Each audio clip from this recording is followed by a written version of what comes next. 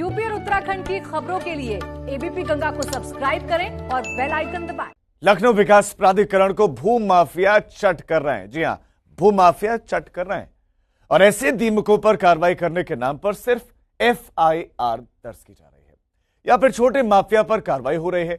ऐसे में बड़े माफिया पर हाथ डालने से अधिकारी डरते हैं।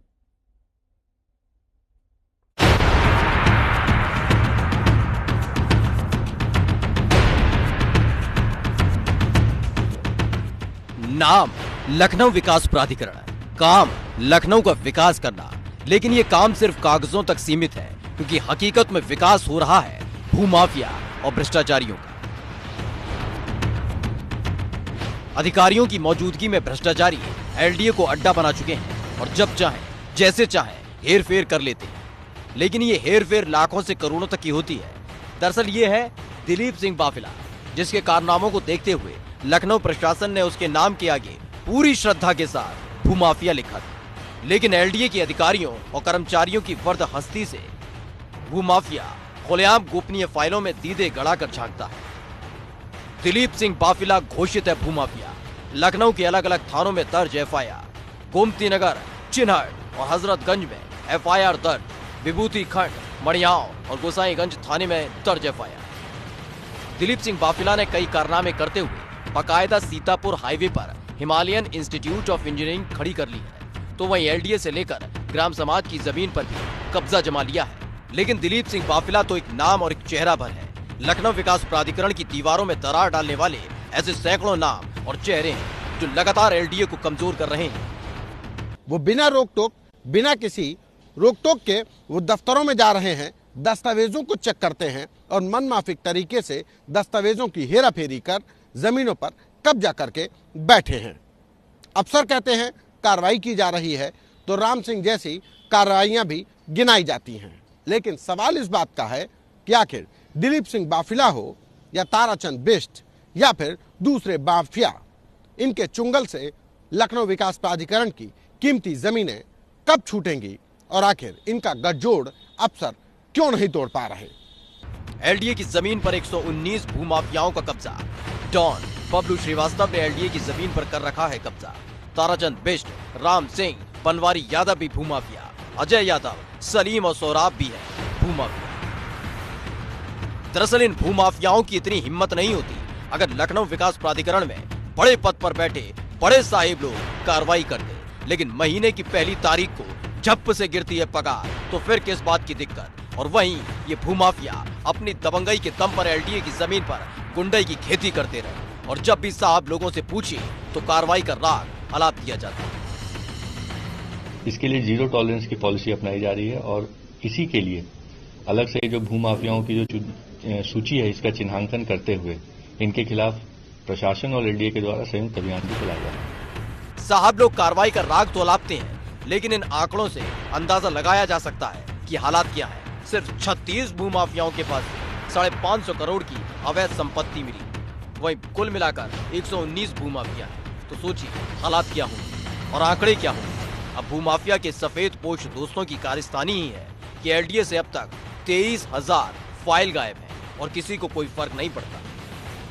आप गलत बोल रहे हैं। इन लोगों के खिलाफ विधिक कार्रवाइयां की जा रही हैं, आपको भी पता है। इन लोगों के खिलाफ एफआईआर भी दर्ज हुआ है और जो विधिक तरीका है, जो लीगल तरीका है, इसके अनुरूप ही इन माफियाओं के खिलाफ कार्रवाई की जा रही है और आगे भी की जाएगी। Thank you. फिलहाल लगातार एलडीए को डुबाने के लिए गुंडे माफियाओं की सेना तैयार है और एलडीए में काम करने वाले सरकारी पगार पर पल रहे सरकारी लाल भी आराम फरोश हो गए, जिनको कोई फर्क नहीं पड़ता, जिसके बाद लगता है जैसे एलडीए लखनऊ विकास प्राधिकरण ना हो, लखनऊ डुबाऊ। जी हाँ, लखनऊ डुबाऊ प्राधिकरण। गबन भी हो रहा है, भ्रष्टाचार भी भीतर हो रहा है, तनख्वाह भी मिल रहे हैं ऐसे लोगों पर, लेकिन कार्रवाई नहीं हो रही है। सीधा रुख करते हैं हमारे संवाददाता शैलेश अरोड़ा का, जो इस खबर पर ज्यादा जानकारियां देंगे। प्राधिकरण के भीतर क्या क्या खेल चल रहा है। शैलेश, जो ये खेल चल रहा है ये उजागर तो हो रहा है, भू माफिया तो लिखा जा रहा है आगे, लेकिन कार्रवाई के नाम पर क्या कुर्की हो रही है बदमाशों के। लेकिन क्या ऐसे लोगों से कुर्की होगी, ऐसे लोगों की संपत्ति जब्त होगी?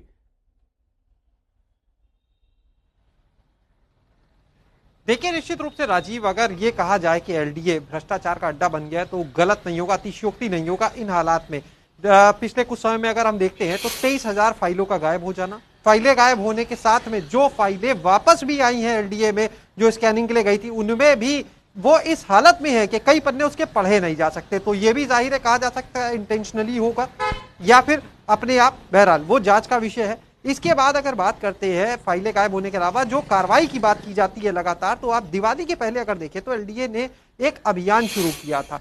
अभियान शुरू होता है लेकिन कुछ ही दिन के अंदर, जो 20 दिन अभियान चलना था, लगभग 3 महीने माफ कीजिएगा, वो अभियान जो है वो 6, 7, 8 दिन के अंदर ही रुक जाता है। उसके बाद ये होता है कि कहीं ना कहीं जो प्रॉपर्टीज की लिस्टिंग की गई उसमें भी खामियां मिलती है कि एक बार फिर से रिव्यू होगा इनका।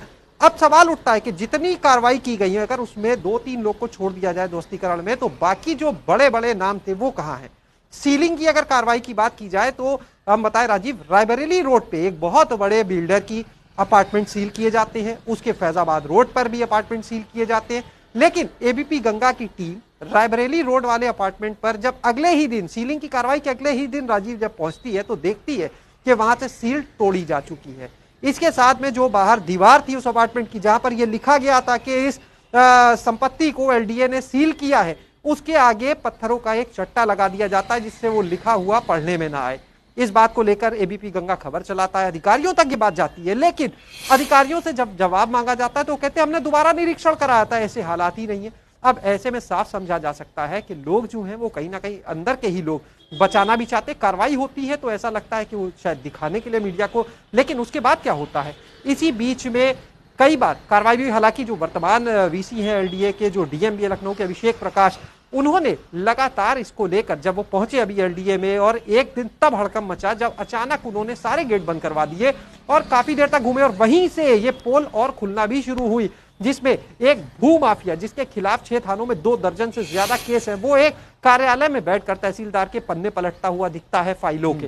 तो ऐसे में सवाल कि इस तरह से, ये तो एक आदमी था जो वहां पर पकड़ा गया, रोजाना न जाने ऐसे कितने लोग वहां पर जाते हैं। तो ऐसे में एलडीए में जितने लोग हैं, ऐसा लगता है कि सबकी जांच करने की जरूरत है, क्योंकि किसी ना किसी को किसी से संरक्षण बिल्कुल शैलेश, जांच करने की आवश्यकता तो है, लेकिन किस मामले में जांच हो रही है? क्या किसी मामले में जांच हो रही है? क्योंकि यहाँ तो बहुत सारे मामले चल रहे हैं, फाइलें गायब करवा दी गए हैं, बड़े बड़े नाम गायब हुए हैं, भ्रष्टाचार चल रहा है, सीलिंग की कार्रवाई हो रही है, लेकिन उसके बाद उनको छुपा दिया जाता है। क्या किसी मामले में कार्रवाई हो रही है? और जांच करेगा तो कौन करेगा? वही अधिकारी करेंगे, एलडीए के अधिकारी, जो खुद जांच के शिकंजे में आ सकते हैं। देखिए, अगर हाल फिलहाल के मामलों को ले तो 3 बड़े मामले। पहला, जब भूमाफियाओं के जमीनों को कब्जा करने का मामला सामने है। दूसरी चीज, उसी में से एक भूमाफिया को खुद डीएम जो है, जो एलडीए वीसी भी है, वो खुद पकड़ते हैं तहसीलदार के कार्यालय में पन्ने पलटते हुए।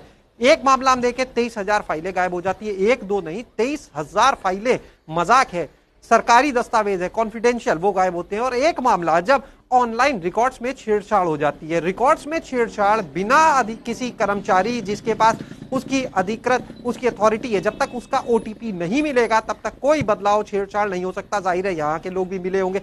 क्या सब कुछ या तो बहाना किया जा सकता है कि हैक कर लिया गया, सबसे आसान बहाना ये हो सकता है। बहरहाल मामले में एफआईआर हो चुकी है, जांच चल रही है। देखना ये होगा ये एफआईआर के बाद पुलिस की जांच कब पूरी होती है, उसके बाद एलडीए की कार्रवाई कब होती है। सबसे बड़ा सवाल यही है। आपको बताएं कि अभी हाल ही में लखनऊ में एक ड्रैगन मॉल की प्रॉपर्टी है जो लंबे समय से विवादों में थी, उसके बाद उस पर कार्रवाई हुई, तोड़ने का काम चला, फिर मामला कोर्ट में गया। तो जितनी इस तरह की चीजें हैं, आप देखिए इतनी उलझी हुई हैं, और उलझाने वाले कौन लोग हैं? वो हैं एलडीए के ही लोग, एलडीए के ही लोग हैं। शैलेश, एक साथ में इतनी सारी चीजें आ रहे हैं, जीरो टॉलरेंस की बात कही जा रही है प्रदेश में भ्रष्टाचार पर। वैसे में क्या मुख्यमंत्री तक ये बातें पहुंची हैं या मुख्यमंत्री तक ये बातें पहुंचने नहीं दी जा रही हैं? देखिए, बहुत सारी चीजें मुख्यमंत्री तक पहुंच भी रही हैं, लेकिन काम तो उनके नीचे के अधिकारियों को ही करना है। अब एक ताजा मामला और आपको बताते हैं कि एलडीए में ही एक सपा का ड्रीम प्रोजेक्ट जेपीएनआईसी, उसका मामला सामने आता है कि उस पे जो अप्रूवल था जितने अमाउंट का, उससे 100 करोड़ ज्यादा के काम करा दिए गए। करीब 100 करोड़ के काम लगभग ऐसे मिले हैं जिनके लिए डीपीआर की शासन से अनुमति नहीं थी, और सिर्फ डीपीआर संशोधन करके तत्कालीन जो उस समय वीसी हुआ करते थे सत्येंद्र सिंह, उनके समय में ये काम करा लिए गए। 100 करोड़ के काम, जनता का पैसा है। और उसके बाद अब उसकी शासन ने जांच के निर्देश दिए हैं। तो जो लखनऊ के डीएम है, एलडीए वीसी है, उन्होंने भी सचिव से इस पूरे मामले में रिपोर्ट मांगी है।